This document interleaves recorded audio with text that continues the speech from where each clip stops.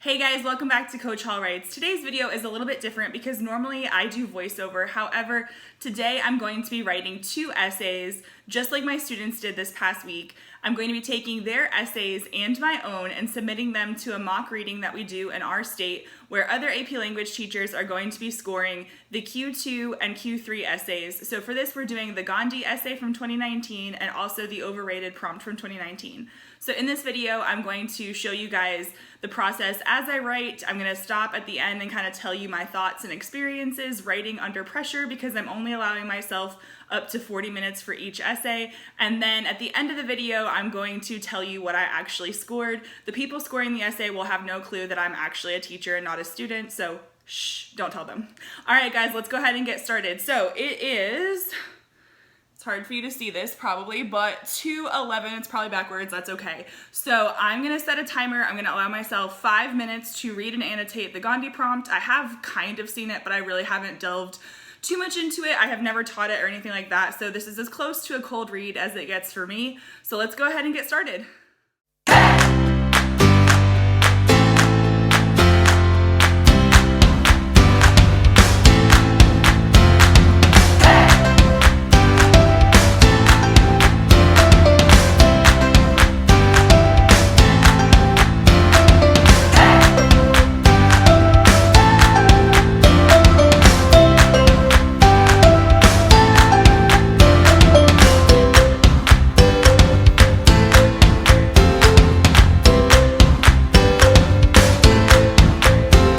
So super quick check-in. I finished writing the essay at 2:48, so I basically spent exactly 40 minutes on the essay. I thought I was going to have to run over and take a little bit of time from my argumentative essay, but I managed to squeeze it in there. I just kind of wrote as quickly as I could, so hopefully it's coherent. Now I'm going to move on to Q3, which is the overrated prompt.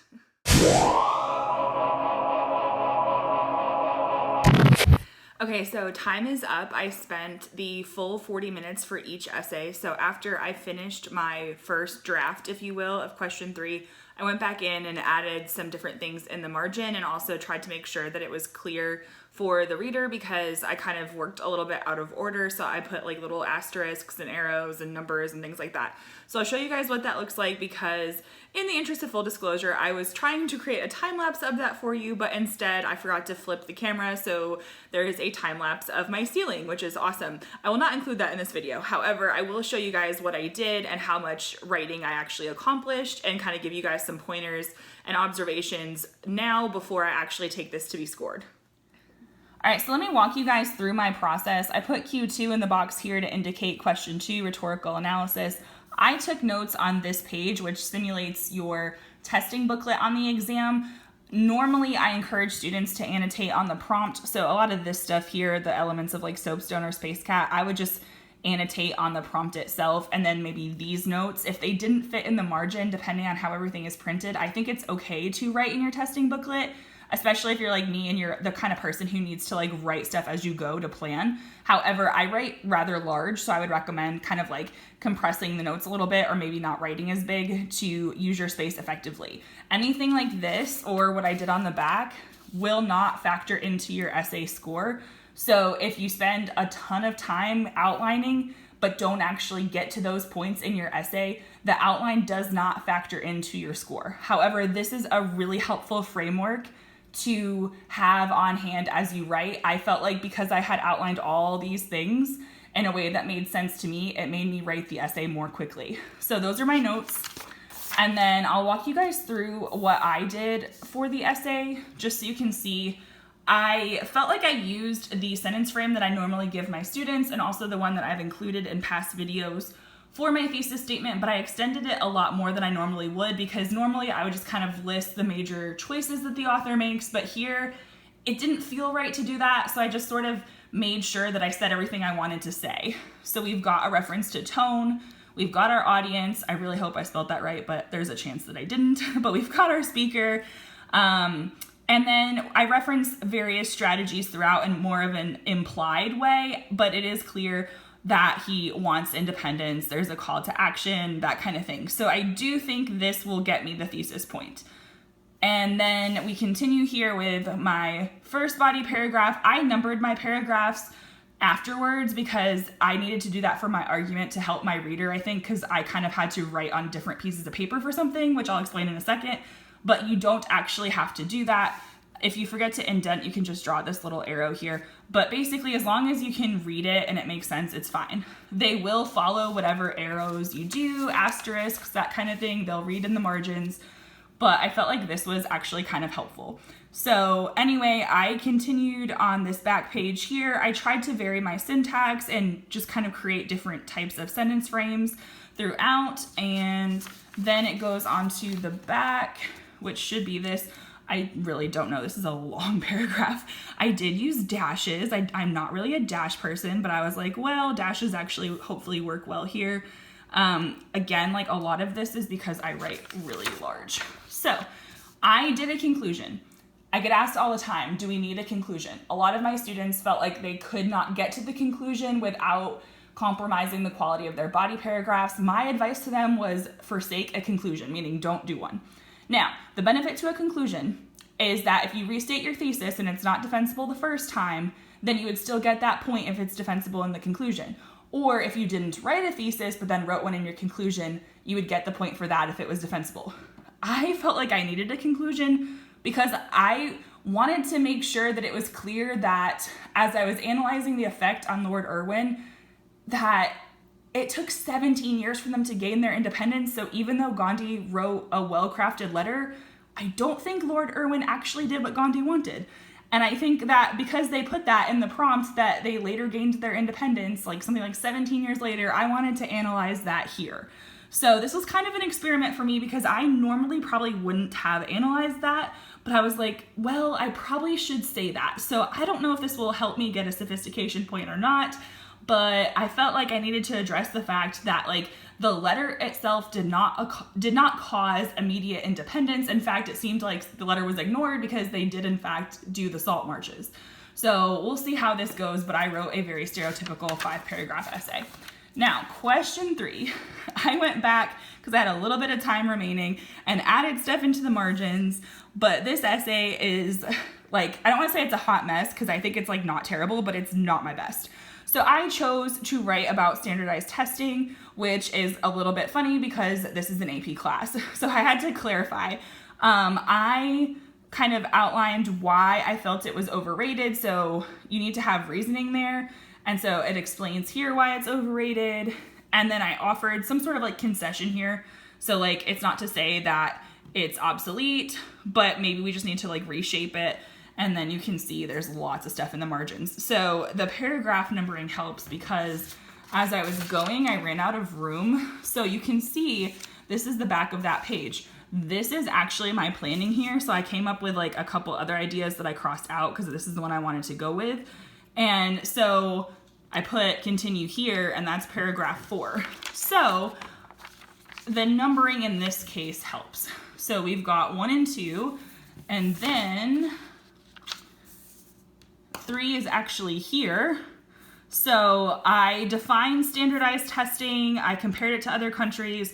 I'm not sure if this annotation helped, this one in the margin. I wanted to include this example as I was writing because I remember reading an article about this, but it didn't quite fit.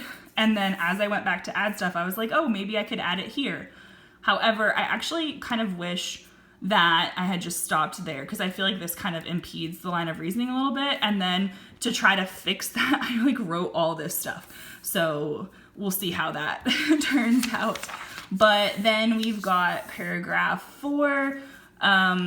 So I used rhetorical questions in this, which I don't normally do in my own personal writing style, but it just made sense. There is a little bit of like a authorial tone to this, but here it says go to the notes page, please. And that's what I'm talking about when, let me see if I can find it again, when I have this. So it's kind of like, hey, look, there's asterisks here, there's asterisks here, 4 and 4, please read it in that order. So anyway, lots of writing, but maybe not my best. So let's quickly recap the experience so I can give you guys some tips from a teacher's perspective, having written 2 essays in 40 minutes. So first of all, one of the things that I found was really helpful was choosing my order. Technically speaking, I could have done Q3 and then Q2. However, I like question 2. I'm kind of in the minority on that because a lot of people prefer synthesis and argument. But I wanted to tackle that one first because I didn't want to run out of time. So if you feel that Q2 takes you longer, perhaps you should prioritize that over Q3. I'm going to talk about that more in detail on my channel in my Cram for the Exam series, which is going to take place in the month before the AP test. However, a game plan is absolutely crucial. You have to play to your strengths, but also be aware of your weaknesses. So for me, I was willing to potentially take time out of the 40 minutes for question 3 if I needed to in order to write Q2, because the recommended time is 40 minutes each. However, you technically have rolling time, so when they say you're done, but you can spend however much or little time you need to on those 3 essays. So for me, having a plan in advance helped because I knew that I had time constraints, but that I could achieve what I wanted to achieve.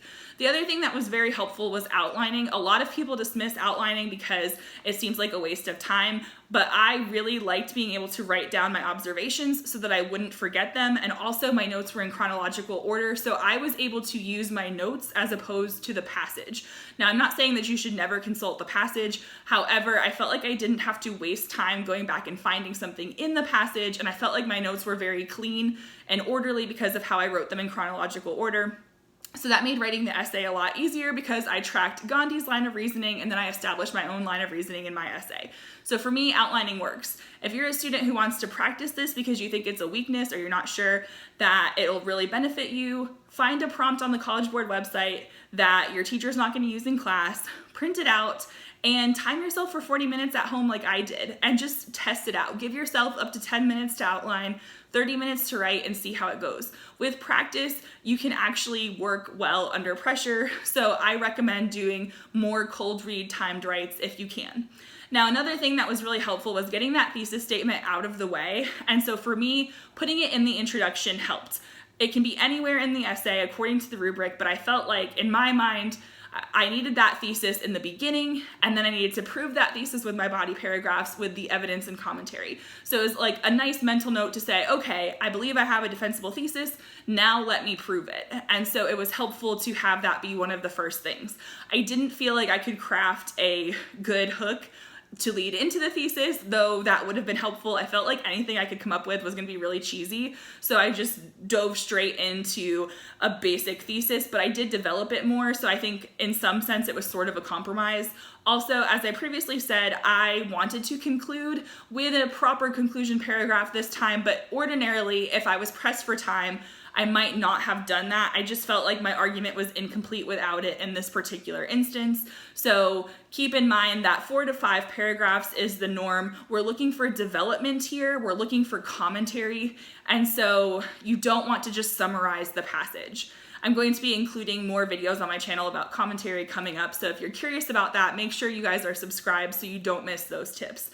For the argumentative essay, even though it's my least favorite of all 3 essays personally, I felt like I was able to craft an argument rather quickly. It did not take as long, perhaps because it was just from my own thoughts, but at the same time, I wish I had actually planned the essay out a little bit better. There was much less planning for that one because I thought I was pressed for time. In actuality, I wasn't. So one thing I would do differently next time is to write my start and stop times on my paper. That way I could keep track of it because I did have a watch. You can't have a watch like mine's the Fitbit. It receives text messages. You can't have that kind of watch for the exam. You need like a basic, like non-electronic watch. Like it cannot send or receive messages or have any internet connection, just a basic watch. Last year my students had like a Groot watch, Paw Patrol, Disney princesses, anything like super basic. A $5 watch is totally fine. So if you can keep track of your timing a little bit better, that would help, because I was actually trying to do mental math of like, okay, how many minutes has it been?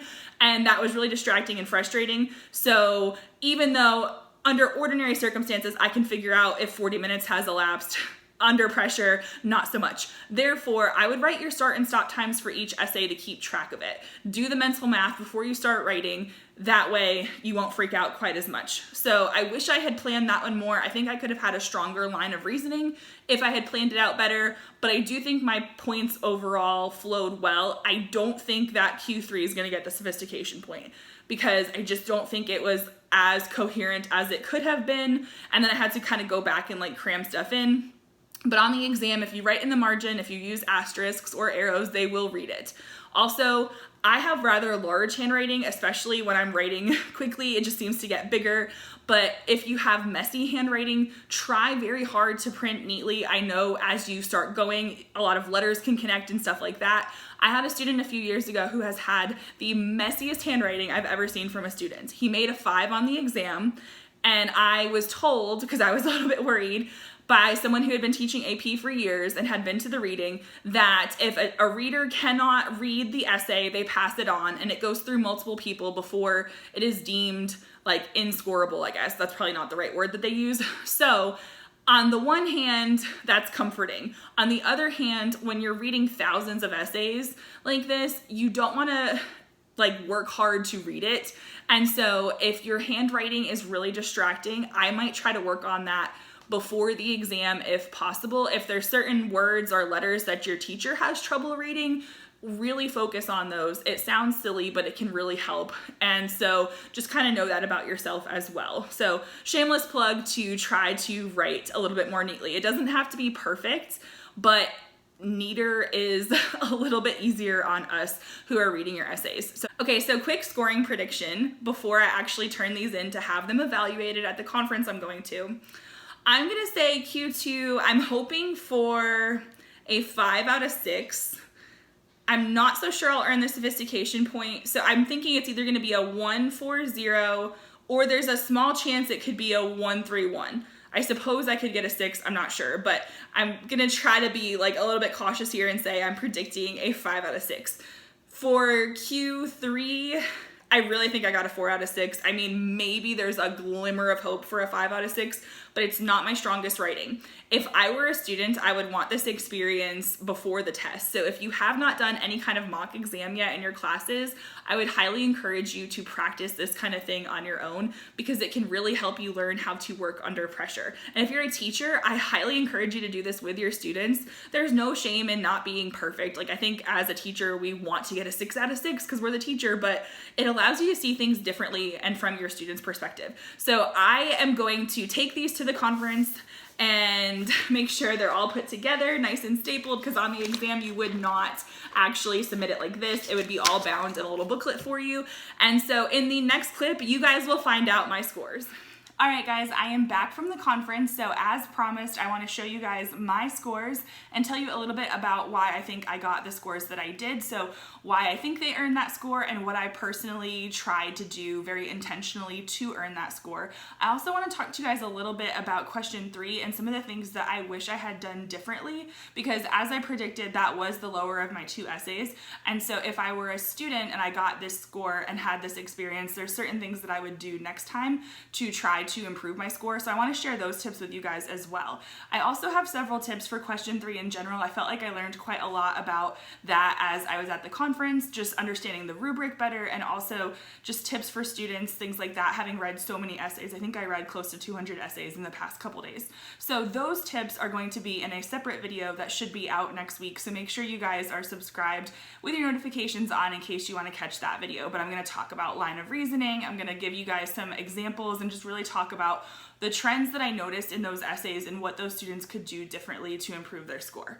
Okay, so let's talk about mine. I will show you guys, I'm not sure how clearly this will show up, but this is my actual sheet. Okay, so I got a 6 out of 6 on question 2 and a 4 out of 6 on question 3.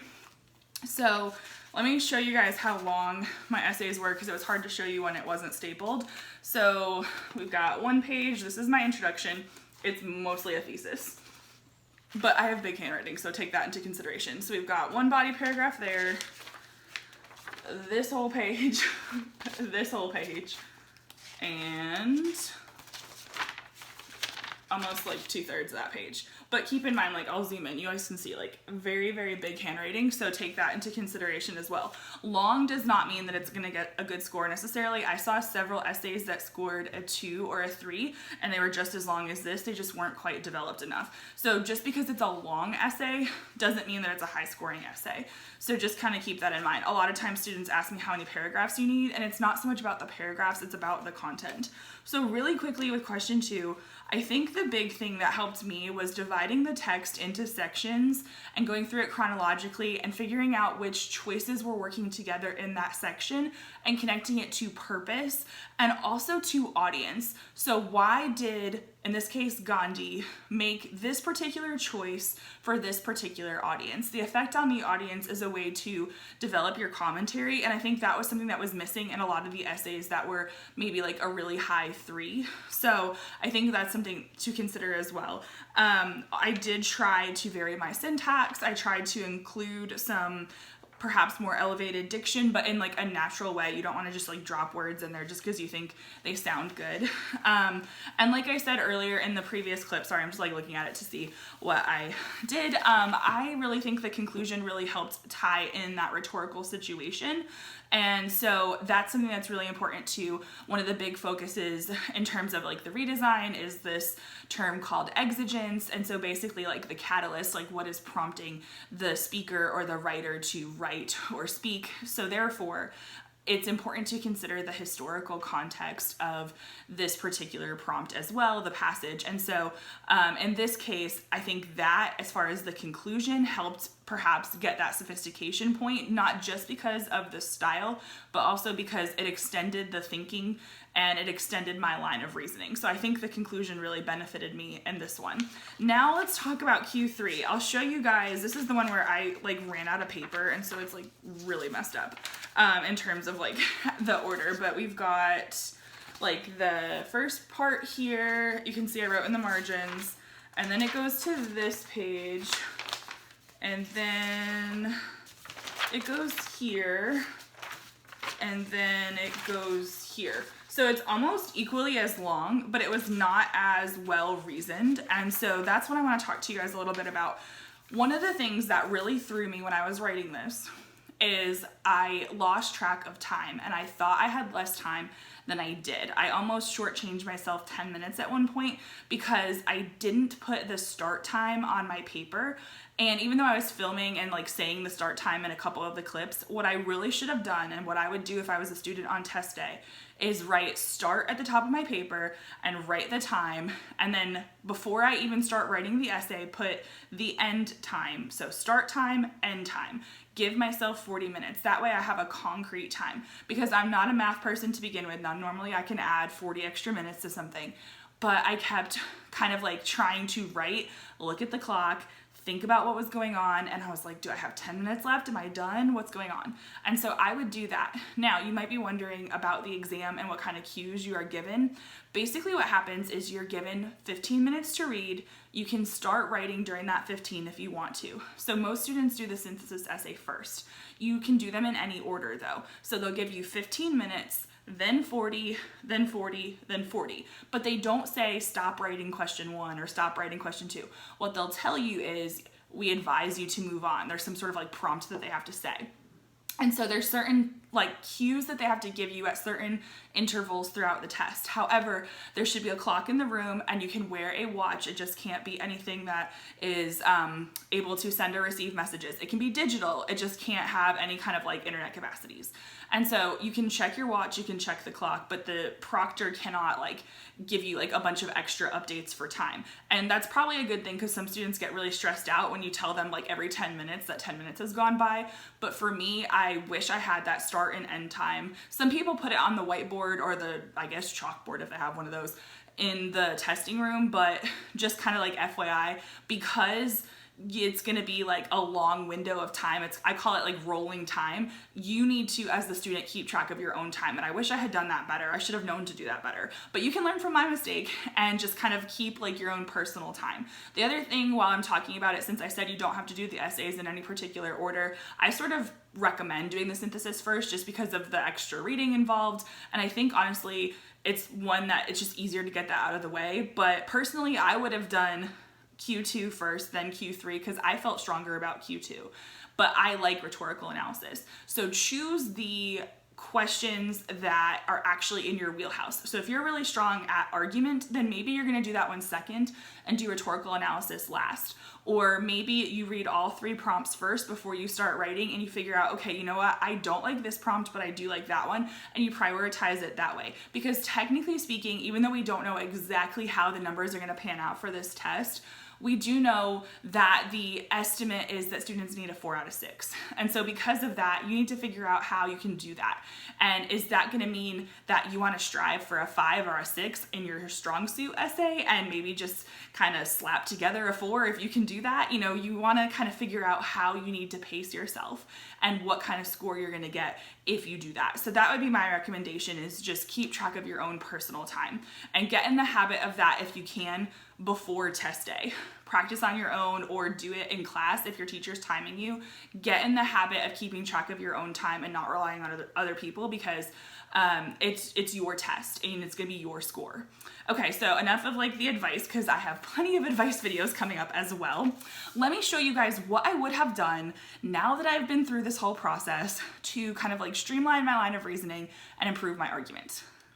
Okay, so I apologize that this is at a weird angle because of my tripod, but let me show you guys what I did. Now, you don't get to use all these fancy colors on the exam, but I'm gonna keep the same subject that I wrote about. I'm just gonna show you a different way to brainstorm, because I barely brainstormed before this essay and I should have done something like this.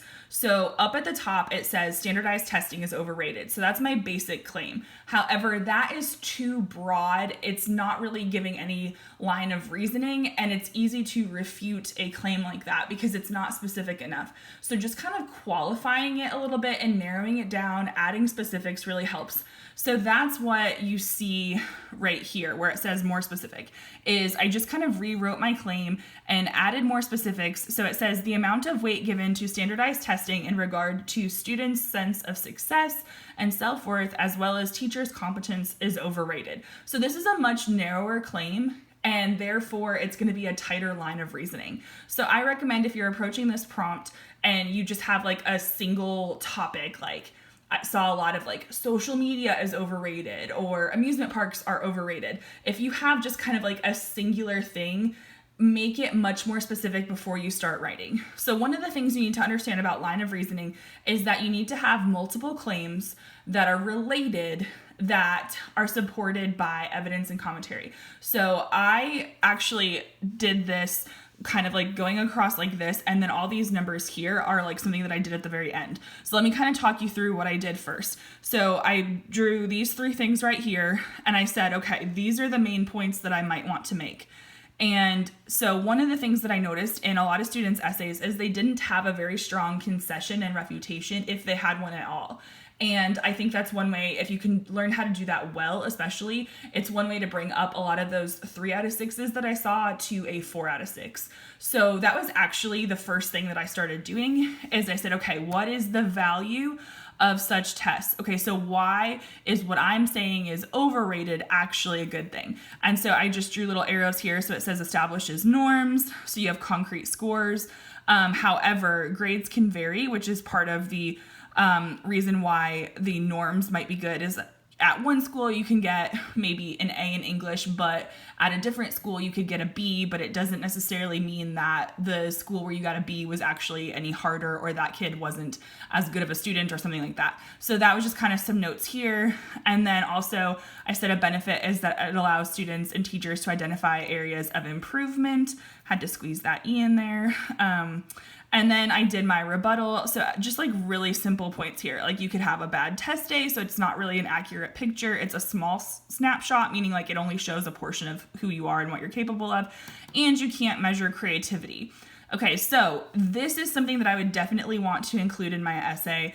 And where that goes in the line of reasoning depends on my other points. So here, I felt like when I actually wrote my essay, I had the strongest evidence for the stuff in this column as opposed to this column. So one of the things that I noticed as I was scoring essays is that the rubric talks about specific evidence. If you have specific evidence that you support you are eligible for either a 3 or a 4. Now, I got a 3 in evidence and commentary, so I think part of what I did that was specific is I referenced these other countries, and I also gave this example right here. However, part of the reason why I think I was stuck at a 3 and not a 4 is because the stuff I was saying about this column, I didn't actually give a personal example, but that could have been something, is it was just too general. So the commentary was not as developed and it lacked specifics with commentary. And part of that was because I was rushing. So my recommendation is that you need to think of specific examples. We saw a lot of sweeping generalizations and those fell very flat. So kind of like the lowest level example was a sort of like generalization or a hypothetical because they came across as like not credible examples. And then the next level was probably personal experience because that was kind of hit or miss, but at least it was specific. And then the stuff that really resonated well in most cases was basically evidence from either history, current events, or other relevant outside sources.